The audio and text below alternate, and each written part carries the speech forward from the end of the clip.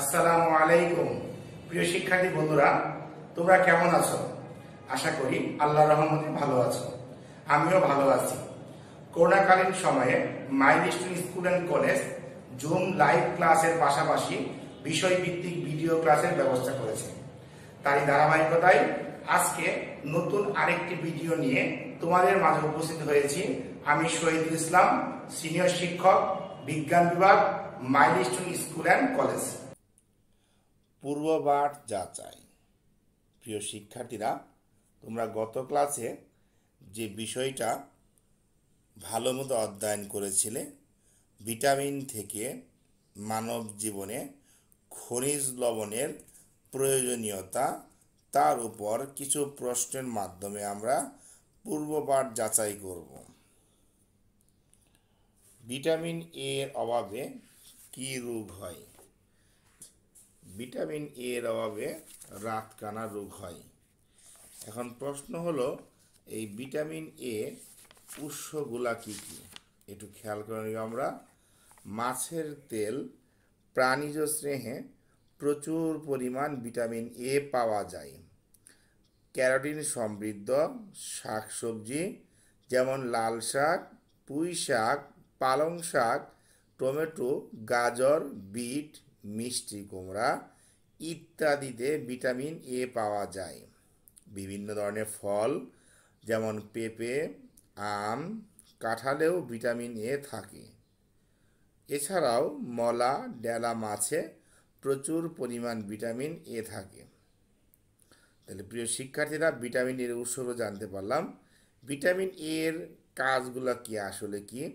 দৃষ্টিশক্তি স্বাভাবিক রাখা, ত্বক এবং শ্লেষ্মাঝিল্লিকে সুস্থ রাখা, দেহের বিভিন্ন সংক্রামক রোগের হাত থেকে রক্ষা করা, খাদ্যদ্রব্য পরিপাক ও ক্ষুধার উদ্রেক করা, রক্তের স্বাভাবিক অবস্থা বজায় রাখা, দেহের পুষ্টি এবং বৃদ্ধিতে সহায়তা করা। ভিটামিন এর অভাবে রাতকানা রোগ হয়। এই রাতকানা রোগটা হচ্ছে, এ রোগের লক্ষণ স্বল্প আলোতে, বিশেষ করে রাতের আবছা আলোতে দেখতে না পাওয়া। শিশুরা এই রোগে বেশি আক্রান্ত হয়। দীর্ঘদিন ধরে এই অবস্থা থাকলে চোখের সম্পূর্ণরূপে অন্ধ হয়ে যেতে পারে। এ রোগে আক্রান্ত শিশুকে সবুজ শাকসবজি ও রঙিন ফলমূল খাওয়ানো উচিত। ভিটামিন এ ক্যাপসুল রাতকানা রোগ প্রতিরোধে সহায়তা করে। আমাদের দেশে টিকা দিবসে বিভিন্ন টিকা কেন্দ্রে শিশুদের ভিটামিন এ জাতীয় ক্যাপসুল খাওয়ানো হয়। 2 নম্বর প্রশ্ন, ভিটামিন সি এর দুটি কাজ উল্লেখ করো। ভিটামিন সি এর দুটি কাজ: পেশি এবং দাঁত মজবুত করে। 2 নম্বর, ক্ষত নিরাময়ে সহায়তা করে। এছাড়াও চর্মরোগ রোধে সহায়তা করে, কণ্ঠনালী এবং নাকের সংক্রমণ প্রতিরোধেও সহায়তা করে। আমাদের দেহের জন্য প্রতিটা ভিটামিনই খুবই গুরুত্বপূর্ণ। Vitamin A, vitamin B, vitamin C, প্রত্যেকটা ভিটামিনই খুবই গুরুত্বপূর্ণ।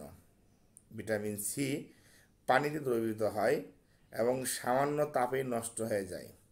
ভিটামিন সি দেহে জমা থাকে না, তাই প্রতিদিন খাওয়া দরকার।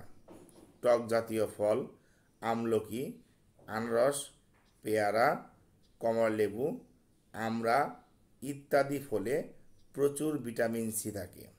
তাহলে যে কোনো টক জাতীয় ফলগুলোতে আমরা ভিটামিন সি পেয়ে থাকব। এছাড়াও সবুজ শাকসবজি, ফুলকপি, বাঁধাকপি, টমেটো, লেটুস পাতা থেকে আমরা ভিটামিন সি পাই। পাকা ফল অপেক্ষা কাঁচা সবজি ও ফলে ভিটামিন বেশি থাকে। প্রিয় শিক্ষার্থীরা, আমরা ভিটামিন সি এর উৎস জানতে পারলাম এবং এর সাথেও আবার ভিটামিন সি এর কাজগুলো আমরা জেনে নিলাম। সূর্যরশ্মি থেকে কী ধরনের ভিটামিন পাওয়া যায়?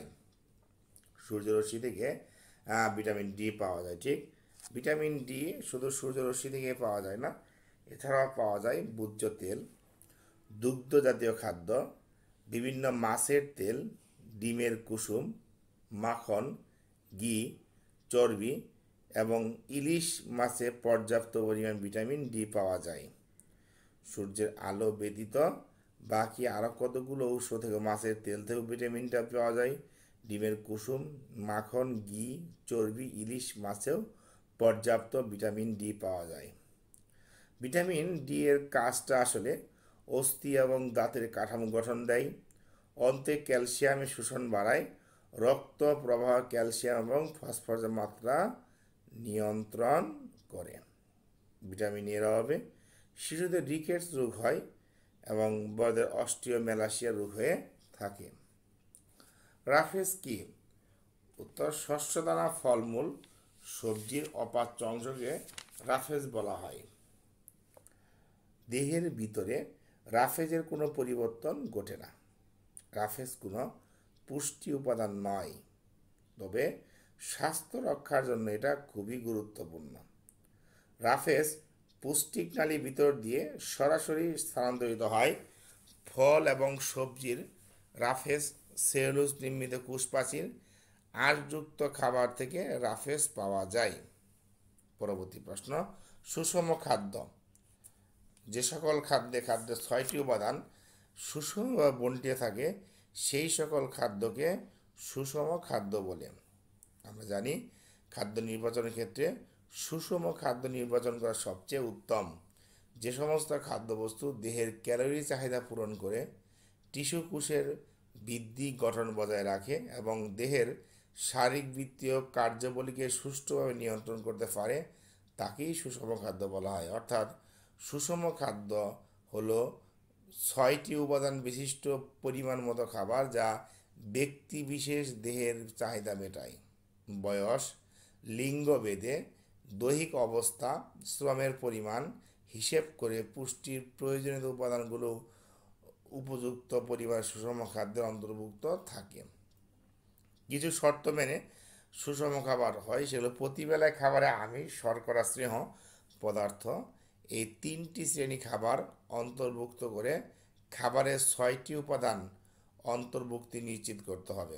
প্রত্যেক শ্রেণী খাদ্য, বয়স, লিঙ্গ, জীবিকা এর উপরে খেয়াল করতে হবে। এখন একজনের বয়স হলো 60, একজনের বয়স হলো 10, তাহলে দুটো কিন্তু একই মাত্রায় সুষম খাবার খেতে পারবে না। দৈনিক ক্যালোরি 60 থেকে 70% শর্করা, 10% আমিষ এবং 30 থেকে 40% স্নেহজাতীয় পদার্থ থেকে গ্রহণ করতে হবে। ওকে প্রিয় শিক্ষার্থীরা, আজকের পাঠে আমরা যা শিখব, বিভিন্ন খাদ্যের পুষ্টিগুণ ব্যাখ্যা করতে পারবো। কোন খাবার খেলে আমার দেহে কী ধরনের পুষ্টি প্রক্রিয়া সম্পন্ন হয়, আমার দেহের শক্তির উৎস তা ব্যাখ্যা করতে পারবো। পুষ্টির অভাব যদি রোগ নির্ণয় এবং প্রতিরোধের উপায় ব্যাখ্যা করতে পারবো। চাহিদা অনুযায়ী খাদ্য নির্বাচন করতে পারবো। বয়স, লিঙ্গ, অবস্থান ভেদে কাদের জন্য কী পরিমাণ খাবার দরকার তা আমরা নির্ধারণ করতে পারবো। অনুশীলনীর সংক্ষিপ্ত প্রশ্ন: কিলো ক্যালোরি কি? খাদ্যের তাপশক্তি পরিমাপের এক হলো কিলো ক্যালোরি। দেহের শক্তির চাহিদাও কিলো ক্যালোরিতে নির্ণয় করা হয়। খাদ্য থেকে দেহের ভিতর উৎপন্ন তাপ যে এককে প্রকাশ করা হয় তার নামই হলো কিলো ক্যালোরি। দেহের শক্তির চাহিদা এই কিলো ক্যালোরিতে মাপা হয়। 1 কিলো ক্যালোরি সমান 1000 ক্যালোরি। ভিটামিন এ এর অভাবে কি কি অসুবিধা দেখা দেয়? ভিটামিন এ এর অভাবে যে অসুবিধা দেখা দেয়, 1 নাম্বার রাতকানা, জেরপ্থ্যালমিয়া রোগে দেখা দেয়। রাতকানা আক্রান্ত রোগী রাতে হালকা দেখতে পায় না, অল্প আলোতেই দেখতে পায় না। আর জেরপ্থ্যালমিয়া হচ্ছে চোখের কর্নিয়ার আচ্ছাদন ক্ষতিগ্রস্ত হয়, কর্নিয়ার উপর শুষ্ক স্তর পড়ে চোখ শুকিয়ে যায়, পানি পড়া বন্ধ হয়ে যায়, চোখে আলো সহ্য হয় না, চোখে পুঁজ জমে এবং চোখের পাতা ফুলে যায়। 2 নম্বর রক্তের স্বাভাবিক অবস্থা বিঘ্নিত ঘটে। 3 নম্বর দেহের পুষ্টি এবং স্বাভাবিক বৃদ্ধি ব্যাহত হয়। প্রিয় শিক্ষার্থীরা, পরবর্তী প্রশ্ন: রিকেটস রোগের লক্ষণগুলো কী কী? রিকেটস রোগ মূলত হয় শিশুদের, এটি হয় ভিটামিন ডি এর অভাবে। চলো আমরা লক্ষণগুলো দেখব। ভিটামিন ডি মূলত উৎস হলো ভোজ্য তেল, দুগ্ধজাত খাদ্য, বিভিন্ন মাছের তেল, ডিমের কুসুম, মাখন, ঘি, চর্বি, ইলিশ মাছে পর্যাপ্ত ভিটামিন ডি পাওয়া যায়। এই ভিটামিন ডি যদি না নেয় তাহলে শিশুদের হাড় নরম হয়ে যায় এবং তাদের বৃদ্ধি ব্যাহত হয়, অর্থাৎ তারা স্বাভাবিকভাবে বড় হতে পারে না। পায়ের হাড় ধনুকের মতো বেঁকে যায়, আমরা তীর ধনুক চিনি, এরকম বেঁকে যায় এবং সহজেই সোজা করা যায় না। 3 নাম্বার, দেহের চাপে অন্যান্য হাড়গুলো বেঁকে যায়, শুধু পায়ের হাড় না, দেহের চাপে অন্যান্য হাড়গুলা বেঁকে যায়। 4 নাম্বার, বুকের বাঁ পাঁজরের হাড় বেঁকে যায়, অর্থাৎ আমাদের বুকের যে দুটো পাঁজর আছে, বাম পাঁজর এবং ডান পাঁজর, এই বাঁ পাঁজরের হাড়গুলোও বেঁকে যায়। হাত পায়ের গিঁট ফুলে যায়, হাত পাটা মানে প্রত্যেক গিঁটগুলো খুব ফুলে যায়, মুভমেন্ট করতে কষ্ট হয়ে যায়। এর প্রতিকার হচ্ছে এই অবস্থায় ডাক্তারের পরামর্শ নেওয়া অত্যন্ত জরুরি। আর প্রতিরোধ আমরা জানি, প্রতিকার থেকে প্রতিরোধ সবচেয়ে উত্তম। প্রতিরোধ হলো শিশুকে ভিটামিন ডি সমৃদ্ধ খাবার খাওয়ানো উচিত, যেমন মাছের তেলের ভিটামিন ডি আছে, ডিমের কুসুম আছে, মাখন, ঘি, চর্বি, ইলিশ, এগুলোতে পর্যাপ্ত পরিমাণ ভিটামিন ডি আছে, এই সমৃদ্ধ খাবার খাওয়ানো উচিত। এছাড়াও সূর্যরশ্মি থেকে ভিটামিন ডি পাওয়া যায়, তাই শিশুকে কিছুক্ষণের জন্য হলো রৌদ্র, খেলাধুলা এবং ধুলোবালির মধ্যে রাখতে হবে। শিশুদের যেমন রিকেটস রোগ হয়, এই ভিটামিন ডি এর অভাবেও বড়দের রোগ হয়, বয়স্কদের রিকেটস রোগ হয় না, ওর নাম হচ্ছে অস্টিওমেলাসিয়া। ভিটামিন ডি এর অভাবে ক্যালসিয়ামের সঙ্গে বিঘ্ন ঘটে। ক্যালসিয়াম লক্ষণ এগুলা: ক্যালসিয়াম ফসফরাসের সঞ্চয় কমতে থাকে, থাইরয়েড গ্রন্থির সঞ্চয় কমতে থাকে, থাইরয়েড গ্রন্থির কাজের পরিবর্তন ঘটে, অস্থি দুর্বল হয়ে অস্থির কাঠিন্য কমে যায়, হালকা আঘাতে অস্থি ভেঙে, একটু সামান্য আঘাত করলেই হাড্ডি ভেঙে যায়। পরবর্তী প্রশ্ন, রক্তে হিমোগ্লোবিন প্রয়োজন কেন? লোহিত রক্তকণিকা সাইটোপ্লাজমস্থ এক ধরনের লৌহ গঠিত প্রোটিন জাতীয় পদার্থ হলো হিমোগ্লোবিন। প্রিয় শিক্ষার্থীরা, হিমোগ্লোবিন লোহিত রক্তকণিকার গঠনে উপাদান, এতে রক্তে অক্সিজেন, কার্বন ডাইঅক্সাইড পরিবহন করে। এর কারণে কি হয়, রক্তের রং লাল হয়, ফুসফুস থেকে কোষে অক্সিজেন পরিবহন করে। আমাদের দেহে আমরা প্রাকৃতিক থেকে অক্সিজেন গ্রহণ করি, অক্সিজেন গ্রহণ করলে সেটা হবে আমাদের ভিতরে চলে যাবে, ফুসফুস ধমনী শিরার ভিতরে আভ্যন্তরীণ কাজগুলো সম্পন্ন করবে এবং এটা রক্তের হিমোগ্লোবিন গুরুত্বপূর্ণ ভূমিকা পালন করে। রক্ত স্বল্পতা বা অ্যানিমিয়া রোগের প্রতিরোধ, আমরা জানি রক্ত স্বল্পতা জনিত রোগের নাম হচ্ছে অ্যানিমিয়া। লোহিত রক্তকণে হিমোগ্লোবিনের গঠন উপাদান, শিশু এবং সন্তান সব মায়ের খাদ্যের লোহার ঘাটতির জন্য রক্ত স্বল্পতা দেখা দেয়। সাধারণত শিশুদের পেটে কৃমি হলে এই রক্ত স্বল্পতা দেখা দিতে পারে। এর লক্ষণগুলো কি কি? ওজন হ্রাস, খাওয়ায় অরুচি হয়ে যাবে, ওজন হ্রাস পাবে, খাইতে ভাল লাগবে না, মাথা ঘুরানো, অল্প পরিশ্রম হাঁপিয়ে ওঠা, বুক ধরফর করা, দুর্বলতা বোধ করা, গা ঝিমঝিম করা। বুক ধরফর করা, দুর্বলতা বোধ, মাথা ও গা ঝিমঝিম, এগুলো প্রতিরোধের জন্য আমাদের রক্তে হিমোগ্লোবিন অত্যাধিক প্রয়োজন। প্রিয় শিক্ষার্থীরা, এইরকম টাইপের কিছু সংক্ষিপ্ত প্রশ্ন আমরা খেয়াল করব।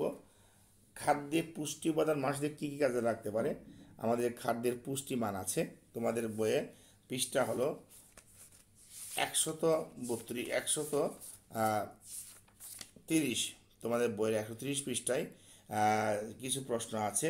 খাদ্য পুষ্টি উপাদান আমাদের কি কি কাজ করে? জীবের বৃদ্ধি সাধন, ক্ষয়পূরণ ও রক্ষণাবেক্ষণ, তাপ শক্তি ও কর্মশক্তির প্রদান, রোগ প্রতিরোধ, সুস্থতা বিধান ও শারীরবৃত্তীয় কাজ। এটা হচ্ছে আমাদের পুষ্টিমান বা পুষ্টি উপাদান কী কাজ করে। আচ্ছা, আরেকটা প্রশ্ন হলো 131 পৃষ্ঠা, খাদ্যের উপাদান অনুযায়ী খাদ্যবস্তুকে কয় ভাগে ভাগ করা হয়? 3 ভাগে। আমিষ, শর্করা, স্নেহ। আমিষের কাজ কি? ক্ষয়পূরণ, বৃদ্ধি সাধন, দেহ গঠন করে, আবার শর্করা শক্তি উৎপাদন করে, স্নেহ তাপ এবং শক্তি উৎপাদন করে। প্রিয় শিক্ষার্থীরা, আরেকটা প্রশ্ন হলো আমাদের চোখের আড়াল থেকে লুকিয়ে যায়, 132 পৃষ্ঠা, শর্করার অভাবজনিত রোগের নাম হচ্ছে হাইপোগ্লাইমিয়া। এই হাইপোগ্লাইমিয়া লক্ষণগুলো কী কী? ক্ষুধা অনুভব করা, বমিবমি ভাব, অতিরিক্ত ঘামানো, হৃদকম্পন বেড়ে যাওয়া বা কমে যাওয়া, এগুলা খেয়াল করবো আমরা যে এগুলো। আরেকটা কথা হলো, আমাদের দেহে অত্যাবশ্যকীয় কিছু অ্যামাইনো অ্যাসিড আছে। এখন প্রশ্ন হলো, এই অত্যাবশ্যকীয় অ্যামাইনো অ্যাসিড কাকে বলা হয়? তোমাদের বই 132 পৃষ্ঠা মাঝখানে প্রায় দেওয়া আছে, তবে সংজ্ঞাটা ভালো মতো দেওয়া নেই, খেয়াল করো। দেহের বৃদ্ধি, ক্ষয়পূরণ, নাইট্রোজেন সমান রক্ষার জন্য যে অ্যামাইনো অ্যাসিডগুলো অত্যন্ত প্রয়োজন সেগুলোকে বলা হয় অত্যাবশ্যকীয় অ্যামাইনো অ্যাসিড। এগুলো দেহে তৈরি হয় না, খাদ্য থেকে অ্যামাইনো অ্যাসিডগুলো সংগ্রহ করতে হয়। অত্যাবশ্যকীয় অ্যামাইনো অ্যাসিডগুলো 10টি: phenyl alanine, valine, threonine, isoleucine, methionine, histidine, arginine, lysine, leucine. প্রিয় শিক্ষার্থীরা, আরেক কিছু প্রশ্ন হচ্ছে, সে হলো ভিটামিন ই এর কাজগুলা কী কী? ভিটামিন ই কোষ গঠনে সহায়তা করে, শরীরে কিছু ক্রিয়া বিক্রিয়া অংশগ্রহণ করে, খুব কম ক্ষেত্রে ভিটামিন ইর অভাবে ঘটে এবং এর অভাবের লক্ষণও খুব কম। চলো আমরা আজকে বহু নির্বাচনী প্রশ্ন দেখব। কোনটি দেহে তাপ এবং শক্তি উৎপাদন করে? পানি, ভিটামিন, স্নেহ পদার্থ, খনিজ পদার্থ। উত্তর হবে স্নেহ পদার্থ। Thank you. তাহলে আমরা স্নেহ পদার্থ সম্বন্ধে জানবো একটু। একে শক্তি উৎপাদনকারী উপাদানও বলা হয়। স্নেহ পদার্থকে বলা হয় কি? শক্তি উৎপাদনকারী উপাদান। স্নেহ পদার্থ কার্বন, হাইড্রোজেন, অক্সিজেন পরিমাণ বেশি থাকে। কার্বনের দহন ক্ষমতা বেশি হয়, স্নেহ পদার্থের অণু থেকে বেশি তাপ শক্তি উৎপন্ন হয়। স্নেহ পদার্থে ফ্যাটি অ্যাসিড এবং গ্লিসারলের সমন্বয়ে গঠিত একটি যৌগ। স্নেহ পদার্থে 20 প্রকার চর্বি জাতীয় অ্যাসিড পাওয়া যায়। পুষ্টিবিজ্ঞানীদের মধ্যে দৈনিক মোট শক্তির 20 থেকে 30% শক্তি স্নেহ পদার্থ থেকে পাওয়া যায়। খাদ্যে স্নেহ পদার্থ অভাব ঘটলে দেহের চর্বিতে দ্রবণীয় ভিটামিন অভাব পরিলক্ষিত হয়, ফলে ত্বক শুষ্ক এবং খসখসে হয়ে যায় এবং দেহের সৌন্দর্য নষ্ট হয়ে যায়। পরবর্তী প্রশ্ন, কোন ভিটামিন অভাবে রিকেটস রোগ হয়? উত্তর হবে ভিটামিন এ এর অভাবে রিকেটস রোগ হয়। মূলত রিকেটস রোগটা আমাদের ভিটামিন এ না, vitamin C, vitamin D, vitamin E. উত্তর হবে ভিটামিন ডি এর অভাবে রিকেটস রোগ হয়। আর ভিটামিন এর অভাবে রাতকানা জেরফাথালমিয়া রোগ হয়। ভিটামিন সির অভাবে স্কার্বি রোগ হয়। এবং আমরা একটু আগেই বললাম ভিটামিন ইর অভাবে অধিকাংশই ভিটামিন অভাব পড়ে না, রোগ ব্যাধি তেমন চোখে পড়ার মতো নয়। ভিটামিন ইর কারণে এরকম রোগ হয় না। তো এর পরবর্তী প্রশ্ন হচ্ছে, একটা অনুচ্ছেদ আছে, সুমি টক খেতে পছন্দ করে। সুমি টক খেতে পছন্দ করে না, এমনকি সে সবুজ শাকসবজি টমেটো খায় না। ইদানিং দেখা যায় যে তার দাঁতের গুঁড়াতে রক্ত পড়ছে। 3 নম্বর প্রশ্ন, সুমির কী রোগ হয়েছে? Scurvy, rickets, marasmus, kwashiorkor. Scurvy হয়েছে। তাহলে আমরা বুঝলাম কিভাবে? আমরা আগেও বলেছিলাম, যদি আমরা ওই অনুচ্ছেদটা খেয়াল করতে পারি তাহলে সহজেই বুঝতে পারবো যে সবুজ শাকসবজি টমেটোতে ভিটামিন সি প্রচুর পরিমাণ থাকে। আর ভিটামিন সি এর একটি অভাবজনিত রোগ হলো স্কার্বি। দাঁতের মাড়ি ফুলে যায়, দাঁতের গুঁড়া আলগা হয়ে যায়, গুঁড়া থেকে রক্ত পড়ে, দাঁতের এনামেল উঠে যায়, অকালে দাঁত পড়ে যেতে পারে। শিশু এবং বয়স্কদের এ রোগ বেশি হয়, গ্রন্থি ফুলে যায় এবং মুখে ব্যথা হয়, রক্তক্ষরণ সহজে বন্ধ হয় না, গা শুকাতে দেরি হয়। অন্যান্য রোগ, বিশেষ করে সর্দি কাশি খুব সহজে আক্রমণ হয়। তাই বলতে পারি আমরা এখানে সুমির স্কার্বি রোগ হয়েছে। উদ্দীপক খাদ্যগুলো বয়স্কদের হাড় নরম হয়ে যায়, ত্বক চুলকায়, গা হয়, বুকের হাড় ও পাঁজরে ব্যথা হয়। নিচের কোনটি সঠিক? ক 1 এবং 2। পরবর্তী প্রশ্ন চলে যাব 1 নাম্বার সৃজনশীল প্রশ্ন। তালহা ইদানিং কিছুই খেতে চায় না এবং তার অরুচি হয়েছে, বই বই ভাব, তার ত্বক খসখসে। ডাক্তারের শরণাপন্ন হলে ডাক্তার তাকে ডিম এবং দুধ বেশি করে খেতে বললেন। খাদ্য কি? প্রশ্ন ক। খ পুষ্টি বলতে কি বোঝায়?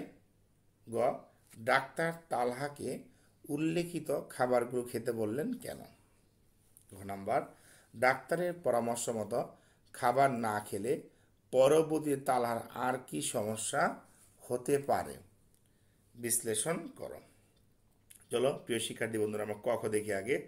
জীবের দেহ গঠন, ক্ষয়পূরণ, শক্তি উৎপাদনে ব্যবহৃত জৈব উপাদানই হলো খাদ্য। মূলত খাদ্য কাজ তিনটাই: স্ট্রাকচার অফ বডি, দেহের গঠন করে, ক্ষয়পূরণ করে এবং শক্তি উৎপাদন করে। আমরা যদি খাদ্যকে না গ্রহণ করতাম তাহলে আমরা বিভিন্ন পুষ্টিহীনতায় ভুগতাম এবং আমরা স্বাভাবিকভাবে নিজেদের প্রয়োজনীয় কাজকর্ম করতে পারতাম না। পরবর্তী প্রশ্ন, পুষ্টি কি? যে প্রক্রিয়ায় খাদ্যবস্তু খাওয়ার পর পরিপাক হয় এবং জটিল খাদ্য উপাদান ভেঙে সরল উপাদানে পরিণত হয়। আবার বলতেছি, যে প্রক্রিয়ায় খাদ্যবস্তু খাওয়ার পর পরিপাক হয় এবং জটিল খাদ্য উপাদান ভেঙে সরল উপাদানে পরিণত হয় তাকে বলা হয় পুষ্টি। আমাদের দেহে আমরা খাদ্য উপাদানগুলো শক্তভাবে গ্রহণ করি, আর পুষ্টি হলো একটি প্রক্রিয়া। এই প্রক্রিয়াতে খাদ্যবস্তু খাওয়ার পরে পরিপাক হয়, জটিল খাদ্য উপাদানগুলো ভেঙে সরল উপাদানে পরিণত হয়। তুমি একটা শক্ত মাংসের টুকরা খেয়েছ, সেই মাংসের টুকরা দেহে প্রবেশ করবে না, সেটা ভেঙে চূর্ণ বিচূর্ণ হয়ে সেটা লিকুইড হয়ে দেহে প্রবেশ করবে। শোষণে পড়ে খাদ্য উপাদানগুলো দেহের সকল অঙ্গের ক্ষয়প্রাপ্ত কোষের পুনর্গঠন ও দেহের বৃদ্ধির জন্য নতুন কোষ গঠন করে। তাছাড়া তাপ উৎপাদন, রোগ প্রতিরোধ ও রক্ষণাবেক্ষণের জন্য পুষ্টি যোগান দেয়। দেহের খাদ্যের এই সকল কাজই পুষ্টি প্রক্রিয়ার অন্তর্গত। অর্থাৎ পুষ্টি উপাদান হচ্ছে প্রতিদিনের খাবারের গুণসম্পন্ন সেসব উপাদান যা দেহের শক্তি ও যথাযথ বৃদ্ধি নিশ্চিত করে, মেধা ও বুদ্ধি বাড়ায়, রোগ প্রতিরোধ করে, অসুখ বিসুখ থেকে তাড়াতাড়ি সেরে উঠতে সহায়তা করে। তাহলে পুষ্টি খুবই গুরুত্বপূর্ণ একটি প্রক্রিয়া যা মানব দেহের জন্য খুবই গুরুত্বপূর্ণ। এর মাধ্যমে আমরা আমাদের প্রয়োজনীয় সকল বিষয় সঠিকভাবে সম্পন্ন করতে পারি। 1 নম্বর প্রশ্নের গ নাম্বার, তালা খাওয়ার অরুচি এবং বমি বমি ভাব দেখে ডাক্তার বুঝতে পারলেন যে তার শরীরে আমিষের অভাবে রয়েছে। আমরা জানি আমাদের দেহে একটি গুরুত্বপূর্ণ উপাদান হলো আমিষ। কার্বন, হাইড্রোজেন, অক্সিজেন, নাইট্রোজেন, সালফারের সমন্বয়ে আমিষ গঠিত। আমিষে 16% নাইট্রোজেন থাকে। পুষ্টিবিজ্ঞানে আমিষ একটি গুরুত্বপূর্ণ উপাদান হিসেবে বিবেচিত হয়। আমিষ হলো অ্যামাইনো অ্যাসিড একটি জটিল যৌগ। পরিপাক প্রক্রিয়ার দ্বারা এটি দেহে শোষিত হয়, শোষণ উপযোগী অ্যামাইনো অ্যাসিডে পরিণত হয়। এ পর্যন্ত 22 প্রকার অ্যামাইনো অ্যাসিড পাওয়া গেছে এবং এদের সংখ্যা বিভিন্ন সংখ্যায় বিভিন্নভাবে পাওয়া যায়। তাই এই কারণে মাছ, দুধ, মাংস ইত্যাদি খাবারের স্বাদ, গন্ধ, বর্ণ তারতম্য দেখা দেয়। দেহের বৃদ্ধি, ক্ষয়পূরণ, নাইট্রোজেনের সমতা রক্ষার জন্য অ্যামাইনো অ্যাসিড অত্যন্ত প্রয়োজন। কিছু কিছু অ্যামাইনো অ্যাসিডকে অত্যাবশ্যকীয় অ্যামাইনো অ্যাসিড বলা হয়ে থাকে। এই অত্যাবশ্যকীয় অ্যামাইনো অ্যাসিড দেহে তৈরি হয় না, এগুলো খাদ্য থেকে আমরা পেয়ে থাকি। আমিষ জাতীয় খাদ্যগুলোর মধ্যে রয়েছে মাছ, মাংস, দুধ ইত্যাদি। এই অ্যামাইনো অ্যাসিড দেহের বৃদ্ধি সাধন, ক্ষয়পূরণ, নাইট্রোজেনের সমতা রক্ষা করে। এগুলো দেহে তৈরি হতে পারে না, খাদ্য থেকে সংগ্রহ করতে হয়। এই উপাদানের অভাব হলে নানান উপসর্গ দেখা দিতে পারে। সব আমিষ দেহে সমানভাবে শোষিত হয় না। আমিষ জাতীয় খাদ্য গ্রহণের পর শতকরা যত ভাগ অন্ত্র থেকে দেহে শোষিত হয় তত ভাগকে সেই আমিষের সহজ পাচ্যতার গুণক ধরা হয়। যদি কোনো খাবার 100% মিশে যায় তাহলে তার সহজ পাচ্যতা গুণক হবে 1। এইরকম উদাহরণ হলো মায়ের দুধ এবং ডিমের এই আমিষের সহজ পাচ্যতা গুণক 1। তাই ডাক্তার তালহার শরীরের অত্যাবশ্যকীয় অ্যামাইনো অ্যাসিড অভাব তথা আমিষ অভাব পূরণের জন্য এবং তার রোগের উপসর্গ হতে রক্ষার জন্য ডিম এবং দুধ খেতে বললেন। সৃজনশীল প্রশ্ন 1-এর ঘ নাম্বার, তালহার শরীরে আমিষ অভাব রয়েছে, তাই ডাক্তারের পরামর্শ মতো সে বেশি করে ডিম এবং দুধ না খেলে তার শরীরে আমিষের অভাবজনিত বিভিন্ন লক্ষণ দেখা দিবে। খাদ্যে পরিমিত প্রয়োজনীয় জৈব আমিষ বা মিশ্র আমিষ না থাকলে শিশুর দেহে আমিষের অভাবজনিত সমস্যা সৃষ্টি হয়। দেহে স্বাভাবিক বৃদ্ধি, গঠন ক্ষতিগ্রস্ত হয়। শিশু পুষ্টিহীনতায় ভুগলে দেহের বৃদ্ধি ব্যাহত হয়। শিশুদের কোয়াশিয়কর এবং ম্যারাসমাস রোগ দেখা দেয়। কোয়াশিয়কর রোগের লক্ষণ: শিশুদের খাওয়ার অরুচি হয়, 2 নাম্বার পেট শীর্ণ দুর্বল হতে থাকে, পেশি শীর্ণ এবং দুর্বল হতে থাকে। চামড়া এবং চুলের মসৃণতা নষ্ট হয়, অর্থাৎ চামড়া এবং চুলের রং নষ্ট হয়ে যায়, অর্থাৎ রঙগুলা বিবর্ণ হয়ে যায়। ডায়রিয়া রোগ হয়। 5 নাম্বার শরীরে পানি আসে। 6 নাম্বার পেট বড় হয়ে যায়। আর ম্যারাসমাস রোগের লক্ষণ হলো আমিষ এবং ক্যালোরি উভয়ের অভাবে ঘটে, ফলে দেহের বৃদ্ধি বন্ধ হয়ে যায়, শরীর ক্ষীণ হয়ে অস্থি চর্মসার হয়, চামড়া ও ত্বক খসখসে ঝুলে পড়ে, শরীরে ওজন হ্রাস পায়। ডাক্তারের পরামর্শ মতে তালহা যদি খাবার না খেলে পরবর্তী তালহার উপরোক্ত সমস্যাগুলো হওয়ার সম্ভাবনা আছে। 2 নম্বর প্রশ্ন, নূরজাহান বেগম তার 8 বছরের ছেলে বকুলের দৈহিক বৃদ্ধি নিয়ে খুবই চিন্তিত। তিনি তার শারীরিক বৃদ্ধি সুস্থতা নিয়ে নিশ্চিত করার জন্য তাকে বিশেষ ধরনের খাবার খাওয়া শুরু করেন। তবে তিনি নিজে এবং বকুলের বাবা, দাদা, দাদির খাদ্য তালিকা ভিন্ন ধরনের খাবার রাখেন। প্রত্যেকের বয়স, তাদের লিঙ্গ, তাদের দক্ষতা ও ভিত্তি করে তিনি খাবারের ভিন্ন আয়োজন করেন। প্রোটিন কি? রাফেজ বলতে কি বোঝায়? নূরজাহান বেগম বকুলের খাদ্য তালিকায় কিভাবে তৈরি করেন? নূরজাহান বেগম পরিবার সদস্যের জন্য ভিন্ন ভিন্ন খাদ্য নির্বাচনের যুক্তিকতা বিশ্লেষণ করো। চলো 2 নম্বর ক খ, প্রোটিন হলো অ্যামাইনো অ্যাসিড একটি জটিল যৌগ যা হাইড্রোজেন, অক্সিজেন, নাইট্রোজেনের ফসফরাসের সমন্বয়ে গঠিত। এই প্রোটিন বা আমিষে 16% নাইট্রোজেন থাকে। পুষ্টিবিজ্ঞানে আমিষ একটি গুরুত্বপূর্ণ উপাদান হিসেবে বিবেচিত হয়। আমাদের দেহে এই আমিষই হলো অ্যামাইনো অ্যাসিড একটি জটিল যৌগ। রাফেজ শস্যদানা, ফলমূল, সবজির অপাচ্য তন্তুময় অংশ রাফেজ বলা হয়। রাফেজ অপরিবর্তিত রূপে খাদ্যনালীর ভিতর দিয়ে স্থানান্তরিত হয়। ফল, সবজির রাফেজ সেলুলোজ নির্মিত কোষপ্রাচীর। 8 জাতীয় খাদ্যই মূলত রাফেজ, যা কোষ্ঠকাঠিন্য দূর করতে সহায়তা করে। 9 নম্বর প্রশ্ন, নূরজাহান বেগমের ছেলে বকুলের বয়স যেহেতু 8, তাই সে শিশু। তাই নূরজাহান বেগম তার খাবার তালিকা পরিবারের অন্যদের সঙ্গে একটু ভিন্নভাবে তৈরি করেন, কারণ এই বয়সে শরীরে সবচেয়ে বেশি বৃদ্ধি ঘটে। তাই বাড়ন্ত শিশুর খাদ্য তালিকায় আমিষ সমৃদ্ধ খাদ্য বেশি রাখতে হবে। মাছ, মাংস, ডিম, দুধ, ডাল ইত্যাদি আমিষ জাতীয় খাদ্য। তাই বকুলের মা তার খাদ্য তালিকায় এগুলোর পাশাপাশি শক্তিদায়ক খাবার হিসেবে রুটি, ডিমের কুসুম, কলিজা, ঘি, গুড় ইত্যাদি রাখেন। বকুলের বয়স বিবেচনায় 6 থেকে 9 বছরের দৈনিক 30 থেকে 50 গ্রাম আমিষ প্রয়োজন। আর এই 30 থেকে 50 গ্রাম আমিষ পেতে হলে তাকে প্রোটিন জাতীয় খাদ্য খেতে হবে। মাছ, মাংস, ডিম, দুধ ইত্যাদি বেশি করে খেতে হবে। এছাড়াও মৌসুমি ফল, সবুজ শাকসবজি তার খাদ্য তালিকায় নূরজাহান বেগম অন্তর্ভুক্ত করেন। এইসব বিষয় মাথায় রেখে নূরজাহান বেগম বকুলের খাদ্য তালিকা প্রস্তুত করেন। শ্রেণী 2 গ, শিশু এবং বয়স্কদের সবার প্রতিদিনের ক্যালোরি যারা সমান নয়, সেজন্য নূরজাহান বেগম তার পরিবার সদস্যের জন্য ভিন্ন ভিন্ন খাদ্য নির্বাচন করেছেন। নূরজাহান বেগমের পরিবারে ভিন্ন বয়সী লিঙ্গের মানুষ রয়েছে, আবার এদের কেউ বেশি পরিশ্রম করে, আবার কেউ পরিশ্রম করে কম।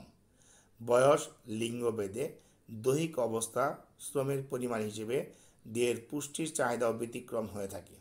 তাই নূরজাহান বেগম তার পরিবার সদস্যের জন্য ভিন্ন ভিন্ন খাদ্য নির্বাচন করেন। নূরজাহান বেগম তার স্বামী পরিবারে বেশি কায়িক শ্রম করেন, তাই তাকে তার জন্য খাদ্যে আমিষ জাতীয় খাদ্য বেশি রাখতে হবে। তাছাড়া শক্তি উৎপাদনকারী ও তাপ শক্তি সরবরাহকারী শর্করা, স্নেহ জাতীয় খাদ্য অন্যান্যদের তুলনায় বেশি থাকবে। এছাড়া রোগ প্রতিরোধ করার জন্য বিভিন্ন মৌসুমি ফল, রঙিন শাকসবজি খাদ্য তালিকায় অন্তর্ভুক্ত থাকতে হবে। অপরদিকে বকুলের দাদা দাদির জন্য খুব বেশি আমিষ খাবার রাখতে প্রয়োজন নেই। প্রয়োজনীয় শর্করা, স্নেহের পাশাপাশি রোগ প্রতিরোধমূলক খাবার যেমন তাজা ফলমূল, টাটকা শাকসবজি পরিবারে বেশি রাখতে হবে। অতএব আমরা উপরে আলোচনা এটাই প্রতীয়মান হয় যে নূরজাহান বেগম পরিবারের সদস্যের জন্য ভিন্ন ভিন্ন খাদ্য নির্বাচনের যুক্তিযুক্ত হয়েছে। প্রিয় শিক্ষার্থীরা, আজকে আমরা যে পাঠ সৃজনশীল প্রশ্ন বললাম, সংক্ষিপ্ত প্রশ্ন বললাম, তার উপর আমরা কিছু প্রশ্ন তোমাদের ধরে মূল্যায়ন করব। খেয়াল করো, আমরা এদের মূল্যায়ন চলে যাব। মূল্যায়ন। রাফেজ কি? ইয়েস, রাফেজ হলো আমাদের দেহের একটি অপাচ্য অংশ। শস্য দানা, ফলমূল, সবজি অপাচ্য অংশ রাফেজ বলা হয়।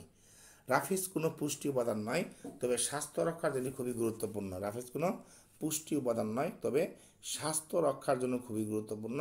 রাফেজ পুষ্টিক নালীর ভিতর দিয়ে সরাসরি স্থানান্তরিত হয়। ফল ও সবজি রাফেজ হলো সেলুলোজ নির্মিত কোষপ্রাচীর। আঁশযুক্ত খাবার থেকে রাফেজ পাওয়া যায়। ভিটামিন এর অভাবজনিত রোগ কি? ভিটামিন এর কারণে রাতকানা রোগ হয়, জেরপ্যাথ্যালমিয়া রোগ হয়, আমরা আগেও বলেছি এটা। ইয়েস, রাতকানা রোগটা এই রোগের লক্ষণ। স্বল্প আলোতে, বিশেষ করে রাতে আবছা আলোতে দেখতে না পাওয়া, হালকা আলোতে দেখতে না পাওয়া, এবং শিশুরা এ রোগে বেশি আক্রান্ত হয়। দীর্ঘদিন ধরে এ অবস্থা চলতে থাকলে সম্পূর্ণ চোখ অন্ধ হয়ে যেতে পারে। এ রোগে আক্রান্ত শিশুদের সবুজ শাকসবজি, রঙিন ফলফুল খাওয়ানো উচিত। ভিটামিন এ ক্যাপসুল খাওয়ানো উচিত এবং সর্বোপরি ডাক্তারের পরামর্শ নেওয়া উচিত। কোয়াশিয়কর রোগের লক্ষণগুলো কী কী? আমরা জানি আমিষের একটি অভাবজনিত রোগ হলো কোয়াশিয়কর। কোয়াশিয়কর রোগের কারণে দেহের বিভিন্ন ধরনের সমস্যা হতে পারে। এই রোগটা শিশুদের হয়।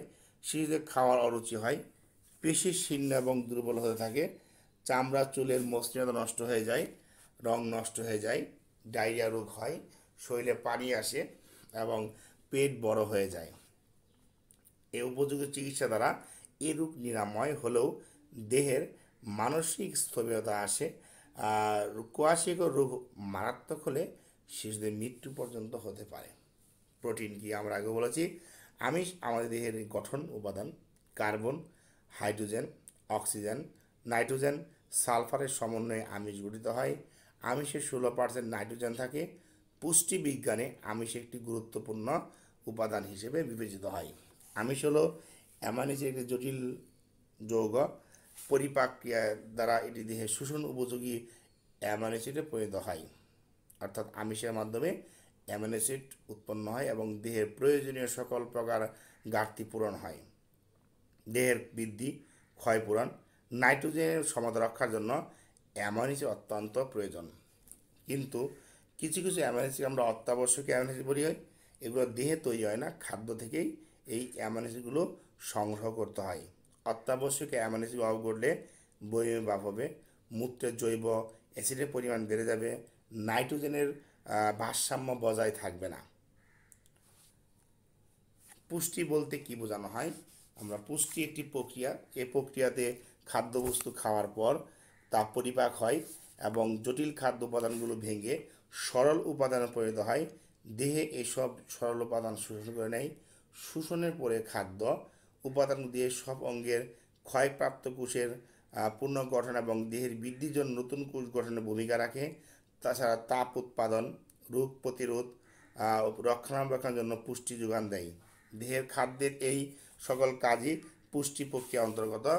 তাহলে পুষ্টির মাধ্যমে দেহের শক্তি যথাযথ বৃদ্ধি নিশ্চিত করা হয়, মেধা ও বুদ্ধি বাড়ায়, রোগ প্রতিরোধ করে, অসুখ বিসুখ দেখে তাড়াতাড়ি উঠে সাহায্য করে, মানুষকে কর্মক্ষম করে তোলে। প্রিয় শিক্ষার্থীরা, ডায়েরি অধ্যায় 13 খাদ্য ও পুষ্টির অনুসারে সংক্ষিপ্ত প্রশ্ন, বহু নির্বাচন প্রশ্ন এবং সৃজনশীল প্রশ্ন। আশা করি স্লাইডের মাধ্যমে ভিডিও ক্লাসটি সবাই ভালো মতো বুঝেছ এবং উপভোগ করেছ। প্রিয় শিক্ষার্থীরা, আশা করি স্লাইডের মাধ্যমে ক্লাসটা ভালোভাবে উপভোগ করেছ। তারপরেও যদি কোনো বিষয় নিয়ে সমস্যা দেখা যায় তাহলে তুমি তোমার বিষয় শিক্ষকের সাথে সংশ্লিষ্ট সমস্যা নিয়ে কথা বলবে। এছাড়াও তোমাদের বাড়ির কাজ হিসেবে যে পড়া দেওয়া হয়েছে তা হলো সম্পূর্ণ অধ্যায়ের অনুশীলনী প্রশ্নগুলো। তোমরা ভালো মতে বাসায় সম্পূর্ণ দিন পড়বে। ভালো থেকো, সুস্থ থেকো, আল্লাহ হাফেজ।